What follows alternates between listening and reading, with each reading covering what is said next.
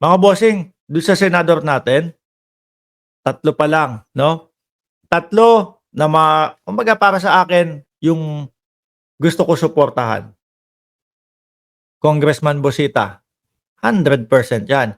Um, Hindi pa congressman 'yan, 'no? Hindi pa congressman 'yan, ARSAP pa lang po, eh, talagang malaki na ang natutulong niyan sa ating mga kababayan. Tumatakbo po ngayon independiente ha, hindi po, sa ilalim ng mga DDS. Wala pong katotohanan yon.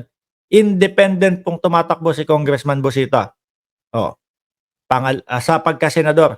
Pangalawa, Doc Willie Ong. Eh, Mark may sakit na yun, bakit ganito, ganyan? Dahil ho nakikita sabi naman ni Doc Willie Ong at sabi nung mga doktor niya, by Nobyembre at Disyembre mag-iikot na ako. Yan yun, pwede na. Malakas na ho si Doc Willie Ong. Dahil ho, nakita ko, mga kababayan, na gusto ni Doc Willie Ong. Gusto niyang magkaroon ng batas na susuporta po sa ating mga mahihirap na kahit na po kayo ang dumanas nung sakit na kanyang nararamdaman po ngayon, eh hindi kayo matatakot. Kasi merong gobyerno o merong batas na susuportahan po yung mga kapwa natin mahihirap. Sabi niya nga, ako naaano ko, sabi ni Doc Willie Ong. Gusto kong ma-interview si Doc Willie Ong dito sa channel natin. Papahanap natin. Naantig ako doon sa sinabi niya, mga kababayan, ni Doc Willie Ong. Sabi niya, ako, nagigilty ako.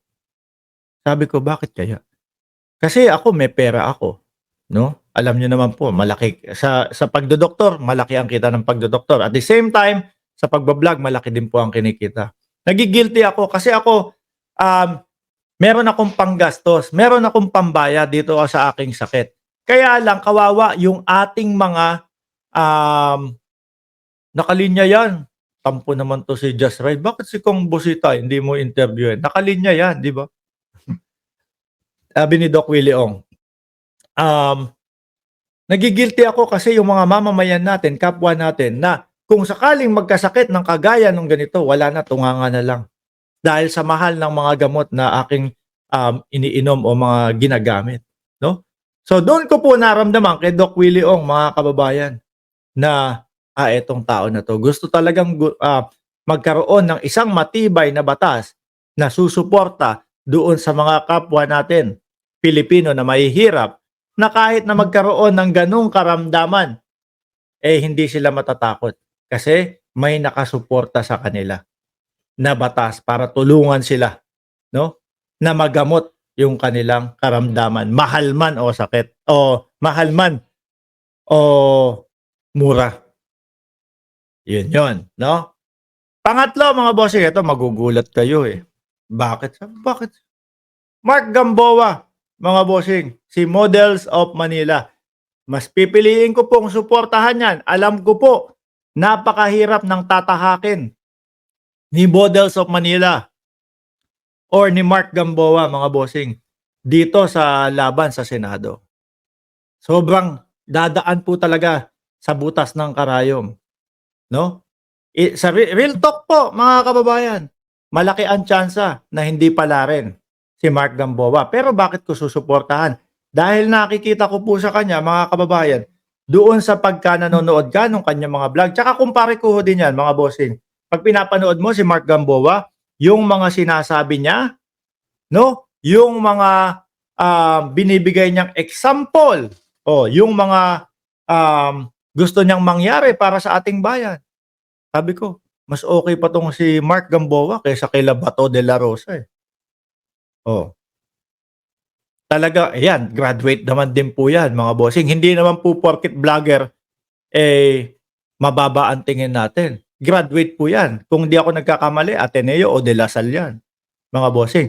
At yung channel niya naman po, talagang matagal na po sa politika. At kapag yung meron po siyang mga gustong ipahayag, meron siyang gustong mga sabihin na ganito dapat ginagawa ng gobyerno natin, ayos naman din po, mga bossing, no? So may ibubuga po kasi yung iba yung mga DDS sasabihin, Ah, si Mark Gamboa, vlogger lang 'yan. Hindi ho gano'n 'yun, mga kababayan. Ano, yung mga vloggers, merong mga background po 'yan, mga bossing, 'no? Hindi po, "Oh, vlogger lang 'yan, dada lang ng dada 'yan." Meron pong mga credential 'yan, maganda ang credential ni Mark Gamboa, mga bossing. Pero alam ko po at talagang naniniwala ho ako, dadaan sa butas ng karayom at malaki yung chance na hindi pala rin si Mark Gamboa. Pero nakasuporta pa din po ako. For the meantime, yan po munang tatlo na yan, ano?